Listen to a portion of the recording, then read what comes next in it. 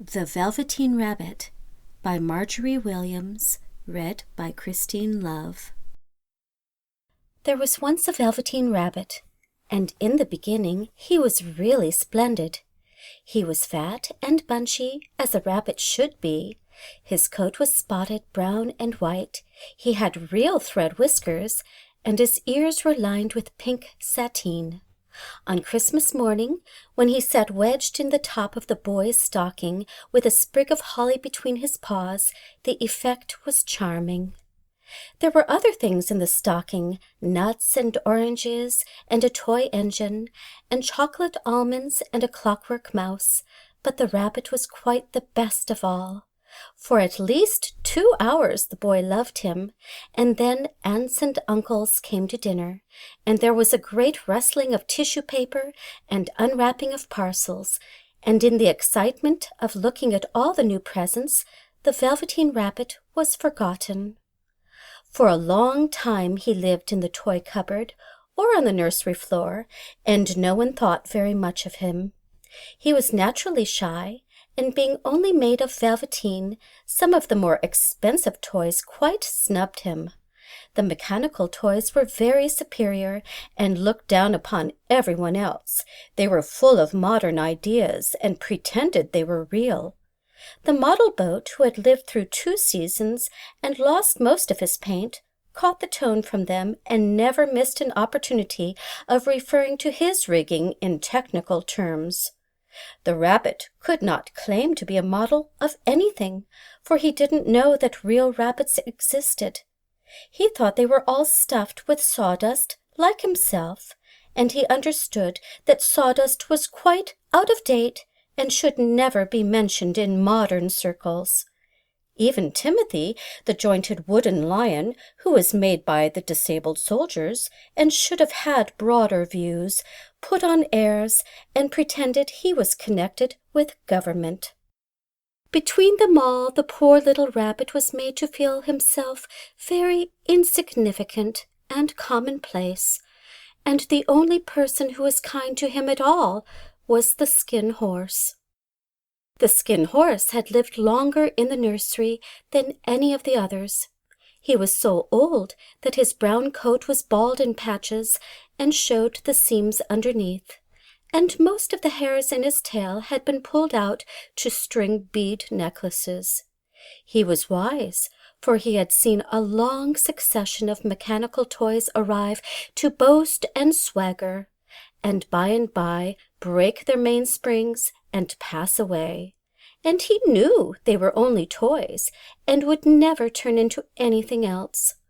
For nursery magic is very strange and wonderful, and only those playthings that are old and wise and experienced, like the Skin Horse, understand all about it. "What is real?" asked the rabbit one day, when they were lying side by side near the nursery fender, before Nana came to tidy the room.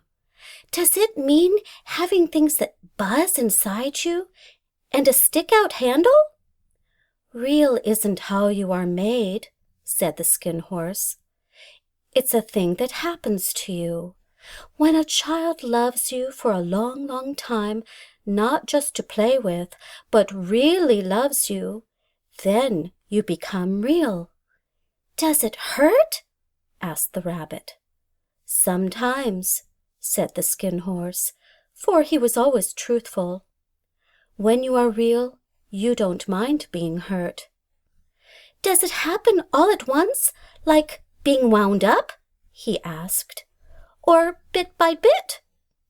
"It doesn't happen all at once," said the Skin Horse. "You become. It takes a long time. That's why it doesn't often happen to people who break easily, or have sharp edges, or who have to be carefully kept. Generally, by the time you are real, most of your hair has been loved off, and your eyes drop out, and you get loose in the joints and very shabby. But these things don't matter at all, because once you are real, you can't be ugly, except to people who don't understand." "I suppose you are real?" said the rabbit, and then he wished he had not said it, for he thought the Skin Horse might be sensitive. But the Skin Horse only smiled. "The boy's uncle made me real," he said. "That was a great many years ago, but once you are real, you can't become unreal again. It lasts for always." The rabbit sighed. He thought it would be a long time before this magic called real happened to him. He longed to become real, to know what it felt like, and yet the idea of growing shabby and losing his eyes and whiskers was rather sad. He wished that he could become it without these uncomfortable things happening to him. There was a person called Nana who ruled the nursery. Sometimes she took no notice of the playthings lying about, and sometimes, for no reason whatever, she went swooping about like a great wind and hustled them away in cupboards. She called this tidying up, and the playthings all hated it, especially the tin ones. The rabbit didn't mind it so much, for wherever he was thrown he came down soft. One evening, when the boy was going to bed, he couldn't find the china dog that always slept with him.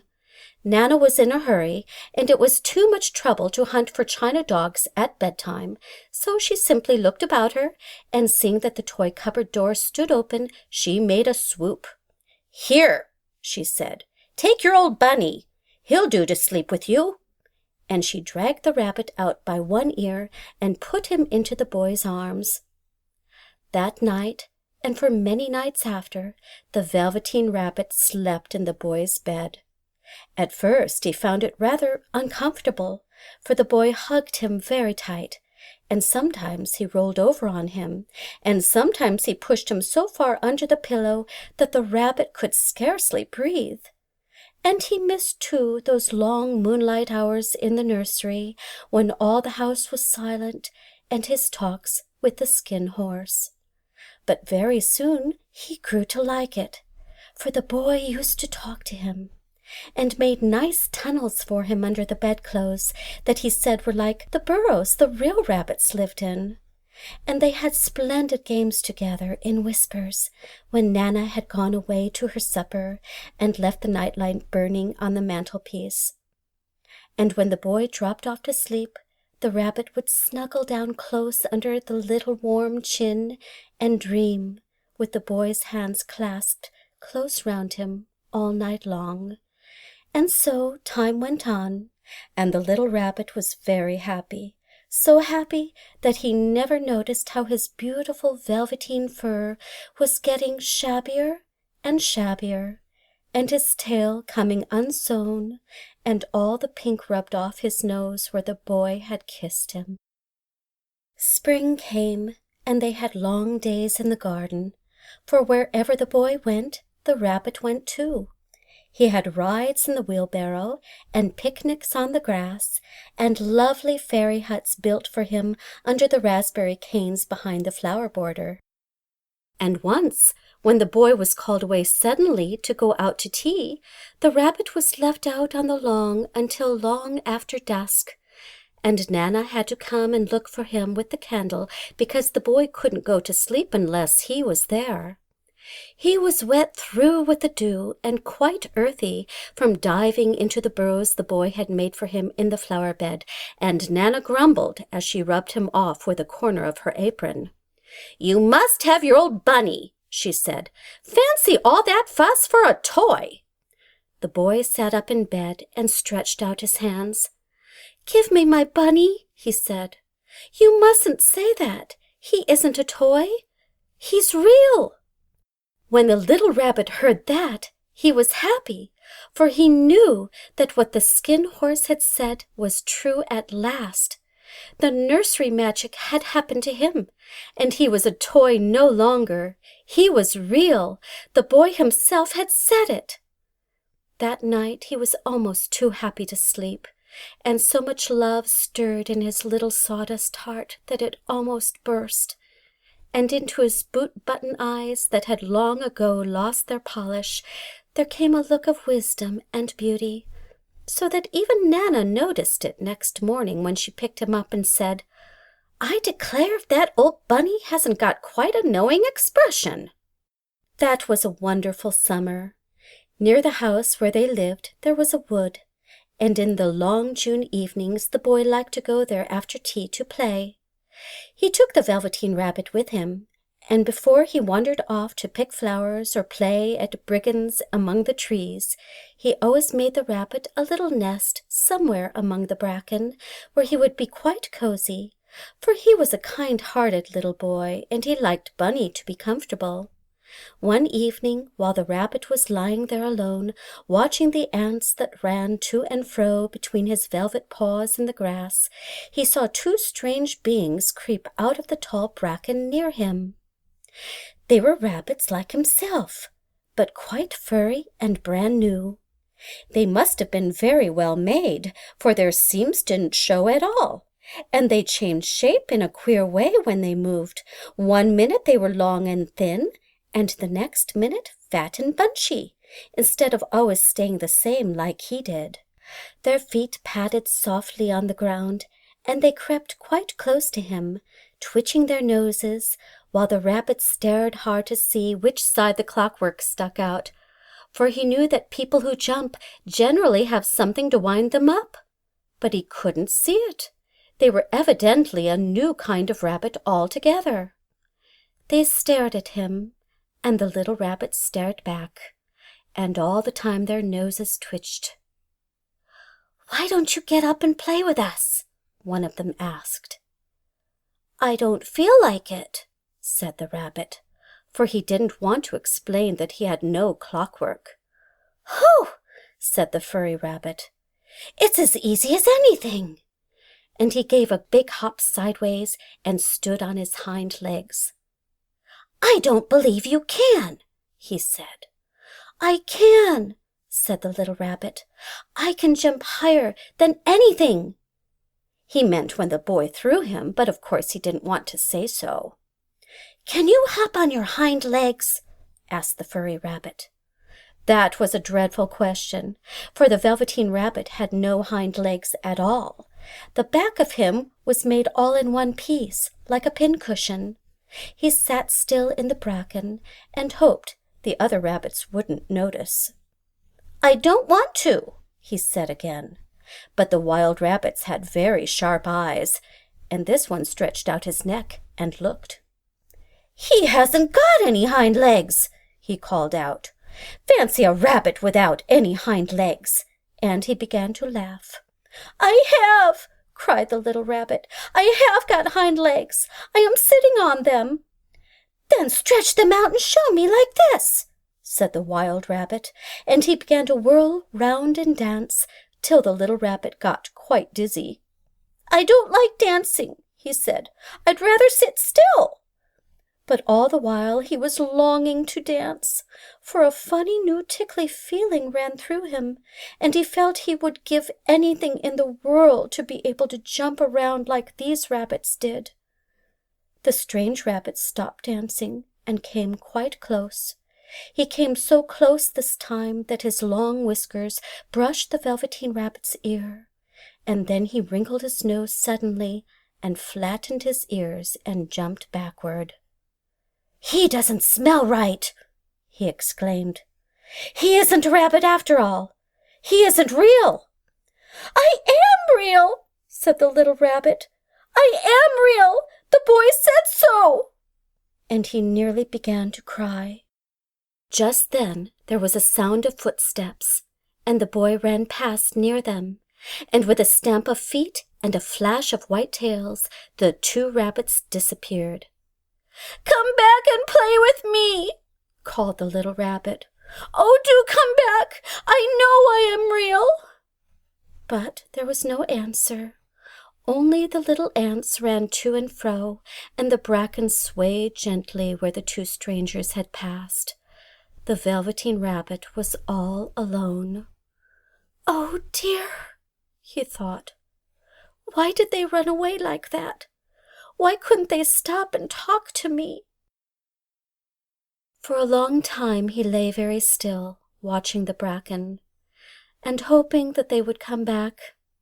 But they never returned, and presently the sun sank lower, and the little white moths fluttered out, and the boy came and carried him home. Weeks passed, and the little rabbit grew very old and shabby, but the boy loved him just as much. He loved him so hard that he loved all his whiskers off, and the pink lining to his ears turned gray, and his brown spots faded. He even began to lose his shape, and he scarcely looked like a rabbit any more, except to the boy. To him he was always beautiful, and that was all the little rabbit cared about.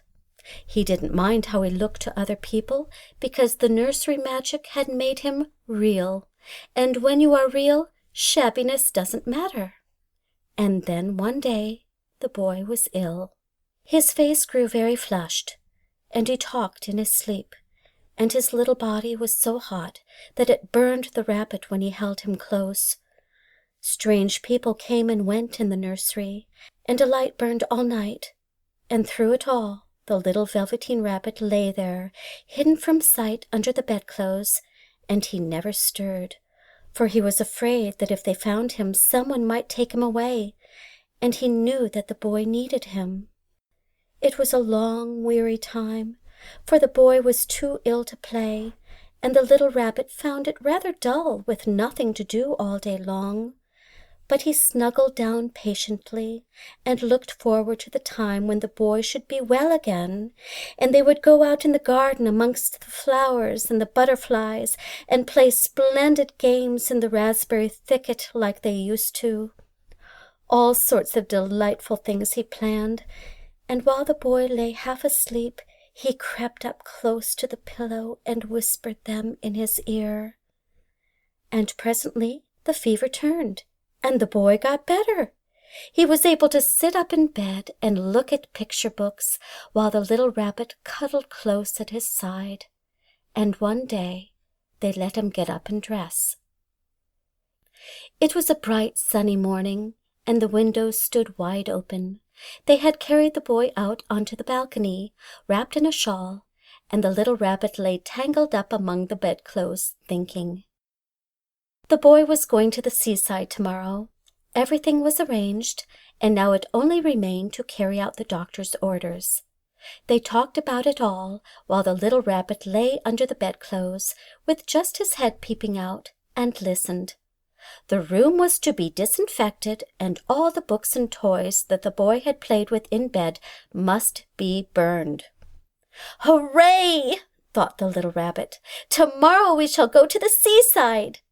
For the boy had often talked of the seaside, and he wanted very much to see the big waves coming in, and the tiny crabs, and the sand castles. Just then Nana caught sight of him. "How about this old bunny?" she asked. "That?" said the doctor. "Why, it's a mass of scarlet fever germs. Burn it at once." "What? Nonsense! Get him a new one. He mustn't have that any more." And so the little rabbit was put into a sack with the old picture books and a lot of rubbish, and carried out to the end of the garden behind the fowl house. That was a fine place to make a bonfire, only the gardener was too busy just then to attend to it. He had the potatoes to dig and the green peas to gather, but the next morning he promised to come quite early and burn the whole lot. That night the boy slept in a different bedroom, and he had a new bunny to sleep with him.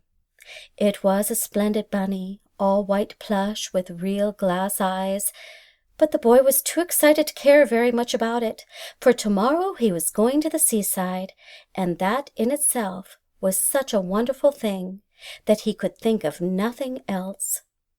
And while the boy was asleep, dreaming of the seaside, the little rabbit lay among the old picture books in the corner behind the fowl house, and he felt very lonely. The sack had been left untied, and so by wriggling a bit he was able to get his head through the opening and look out. He was shivering a little, for he had always been used to sleeping in a proper bed, and by this time his coat had worn so thin and threadbare from hugging that it was no longer any protection to him. Near by he could see the thicket of raspberry canes, growing tall and close like a tropical jungle, in whose shadow he had played with the boy on bygone mornings. He thought of those long sunlit hours in the garden, how happy they were, and a great sadness came over him. He seemed to see them all pass before him, each more beautiful than the other, the fairy huts in the flower bed, the quiet evenings in the wood when he would lay in the bracken and the little ants ran over his paws, the wonderful day when he first knew that he was real. He thought of the skin horse, so wise and gentle, and all that he had told him. Of what use was it to be loved and lose one's beauty and become real, if it all ended like this? And a tear, a real tear, trickled down his little shabby velvet nose and fell to the ground.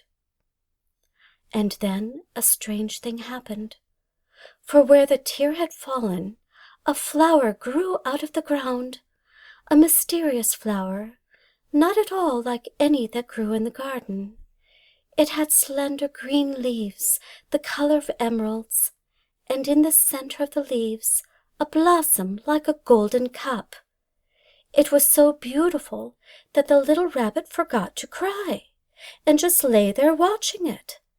And presently the blossom opened, and out of it there stepped a fairy. She was quite the loveliest fairy in the whole world. Her dress was of pearl and dewdrops, and there were flowers round her neck and in her hair, and her face was like the most perfect flower of all. And she came close to the little rabbit and gathered him up in her arms and kissed him on his velveteen nose that was all damp from crying. "Little rabbit," she said, "don't you know who I am?" The rabbit looked up at her, and it seemed to him that he had seen her face before, but he couldn't think where. "I am the nursery magic fairy," she said. "I take care of all the playthings that the children have loved. When they are old and worn out, and the children don't need them any more, then I come and take them away with me and turn them into real."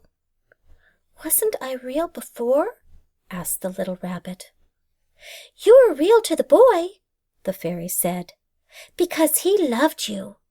Now you shall be real to everyone." And she held the little rabbit close in her arms and flew him into the wood. It was light now, for the moon had risen. All the forest was beautiful, and the fronds of the bracken shone like frosted silver. In the open glade between the tree trunks, the wild rabbits danced with their shadows on the velvet grass. But when they saw the fairy, they all stopped dancing and stood round in a ring to stare at her. "I've brought you a new playfellow," the fairy said. "You must be very kind to him and teach him all he needs to know in Rabbit Land, for he is going to live with you forever and ever." And she kissed the little rabbit again and put him down on the grass. "Run and play, little rabbit," she said. But the little rabbit sat quite still for a moment and never moved. For when he saw all the wild rabbits dancing around him, he suddenly remembered about his hind legs, and he didn't want them to see that he was made all in one piece. He did not know that when the fairy kissed him that last time, she had changed him altogether. And he might have sat there a long time, too shy to move, if just then something hadn't tickled his nose, and before he thought what he was doing, he lifted his hind toe to scratch it. And he found that he actually had hind legs.